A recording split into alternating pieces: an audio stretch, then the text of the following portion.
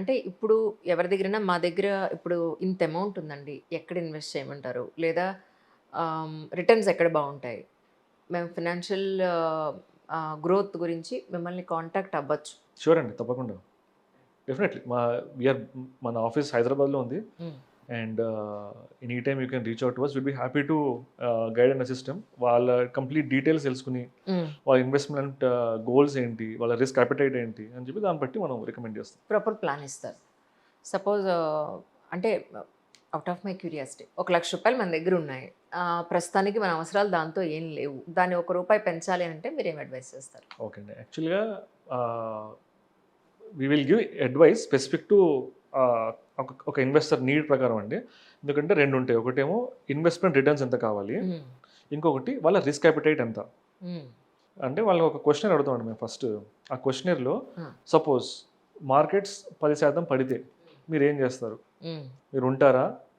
లేకపోతే ఎగ్జిట్ అవుతారా? లేదా ఇంకా ఎక్కువ డబ్బులు పెడతారా? ఓహో! అట్లా కొన్ని రైట్. క్వెషన్‌లు అడుగుతాం. రైట్. రైట్. దాన్ని బట్టి వచ్చే రెస్పాన్సెస్ తోటి మేము వాళ్ళని జడ్జ్ చేయగలుగుతాం. కరెక్ట్. వాళ్ళ వీళ్ళకి నిజంగా కెపాసిటీ తెలుస్తూ కెపాసిటీ ఉంటది. ఉందని చెప్పని.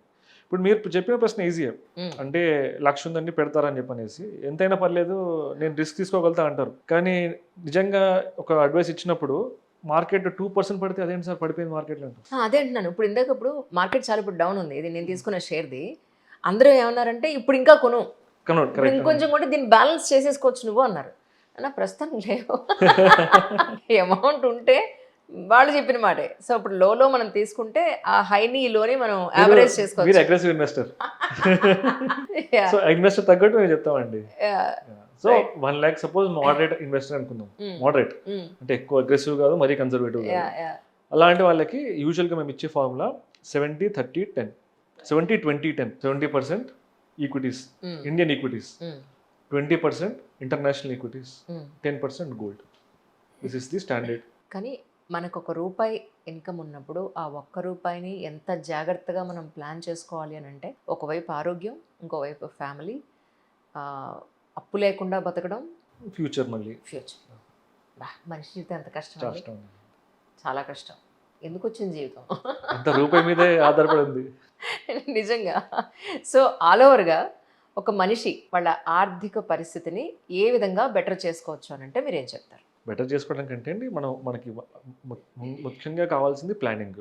ఉమ్, ప్లానింగ్ కావాలి. కొన్ని అపోహలు, కొన్ని నిజ నిజాలు తెలుసుకోగలగాలి. అపోహలంటే ఫలానా ఇన్వెస్ట్‌మెంట్ చేస్తే అది రిస్కు.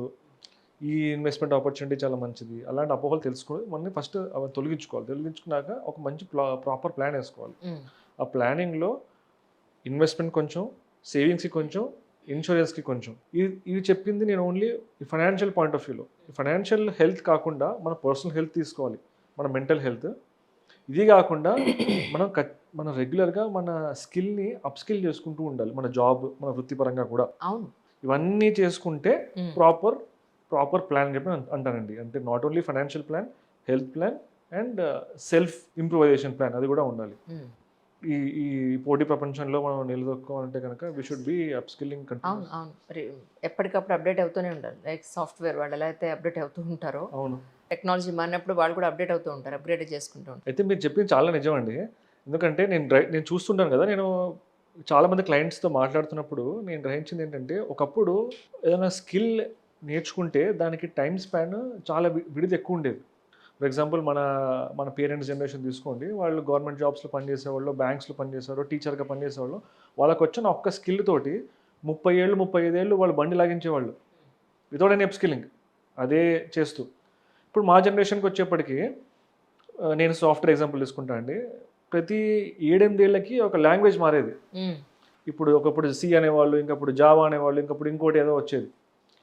ఇప్పుడు జనరేషన్ తీసుకుంటే ఈ ఏఐ కాలంలో ప్రతి 2, 3 ఏళ్ళకి మారిపోతుంది స్కిల్. సో, ఏ రేట్‌న మనం అప్ స్కిల్ అవ్వాలి మీరు చూడండి. సో, మన స్కిల్స్ అప్‌గ్రేడ్ చేసుకోవడం అనేది చాలా అంటే చాలా important. In a short period కూడా. Short period of time. మేము ఇంకా నేర్చుకుంటున్నామండి. ఇంకా మాకు టైం పడుతుంది. అబ్బాయి లేదండి వాళ్ళు రెడీగా ఉన్నారు. అయిపోయింది. వాళ్ళొచ్చి అవును. జాయిన్ అవుతారంటారు. ఇంతే ఫినిష్. నిజానికి ఇప్పుడు ఇంటర్వ్యూస్ యాక్చువల్లీ పెద్దగా వెళ్ళట్లేదండి. ఒకానొకప్పుడు హ్మ్. యూపీఎస్సీ సీరీస్ చేసినప్పుడు ఇలా అప్‌లోడ్ చేస్తే 6,00,000 వ్యూస్ వచ్చేవి. కరెక్టే. అవును. రెవెన్యూ కూడా అలాగే ఉండేది. ఇప్పుడు అఫీషియల్‌గా యూట్యూబ్ వాడు రెవెన్యూ తగ్గిచ్చేసాడు. ఫేస్‌బుక్ వాడు నేనంత ఇవ్వలేను వాడు అఫీషియల్‌గా డిక్లేర్ చేశాడు. ఇన్‌స్టాగ్రామ్ వాడు రెవెన్యూనే లేదు. హ్మ్. To be frank. ఇప్పుడు ఎంత ఏంటంటే ఇప్పుడు ఒకటే స్టోరీ త్రివిక్రమ్ శ్రీనివాస్ అయితే ఒకలా డైరెక్ట్ చేస్తారు, స్క్రీన్ ప్లే వేరుగా ఉంటుంది. ఇప్పుడు స్క్రీన్ ప్లే మార్చాల్సి వస్తుంది. కరెక్ట్. ఒక పాడ్కాస్ట్ మైక్ పెట్టాల్సి వస్తుంది, చక్ చక్ చక్ మన ఎడిటింగ్ మార్చాల్సి వస్తుంది. జనాలకి కాంటెంట్ అక్కర్లా, నువ్వు ఎలా ప్రజెంట్ చేస్తున్నావు అనేదే కావాలి. అవును. ఇది ఏదో చెప్పేస్తున్నాడు అంటారు, ప్రాక్టికల్గా ఇవన్నీ వర్కౌట్ అవుతాయా లేదా అనేది ఎవరూ చుట్టలేదు. Correct. Content is the hero ultimately. But కానీ ఇది ఎలా ఉంటుందంటే విశ్వనాథ్ గారి సినిమాకి ఆర్జీవి గారి సినిమాకి ఉన్నంత డిఫరెన్స్ ఉంటుంది. సో ఆ ప్రజెంటేషన్ ఏదైతే ఉందో అది ఇప్పుడు మారాల్సిన అవసరం వచ్చింది. అవును. సో అగైన్ మేము కూడా ఎంత మారాల్సి వస్తుందో, ఎడిటర్స్ కూడా ఎంత మారాల్సి వస్తుందో, కెమెరామెన్స్ కూడా ఎంత మారాల్సి వస్తుందో, అవునండి. మారుతున్న ప్రపంచానికి తగ్గట్టుగా అందరూ అప్గ్రేడ్ అవ్వాల్సి వస్తుంది. ఖచ్చితంగా. అబ్సల్యూట్లీ. అయినప్పటికీ మీకు కూడా ఫైనాన్షియల్గా ఏదైనా అడ్వైస్ కావాలన్నా డెఫినెట్గా కింద డిస్ప్లేలో వారి నెంబర్ ఇవ్వడం జరుగుతుంది. Thank you so much. Thank you such అండి. Wonderful conversation. థ్యాంక్స్ అలాట్ అండి. Thank you sir. Thank you.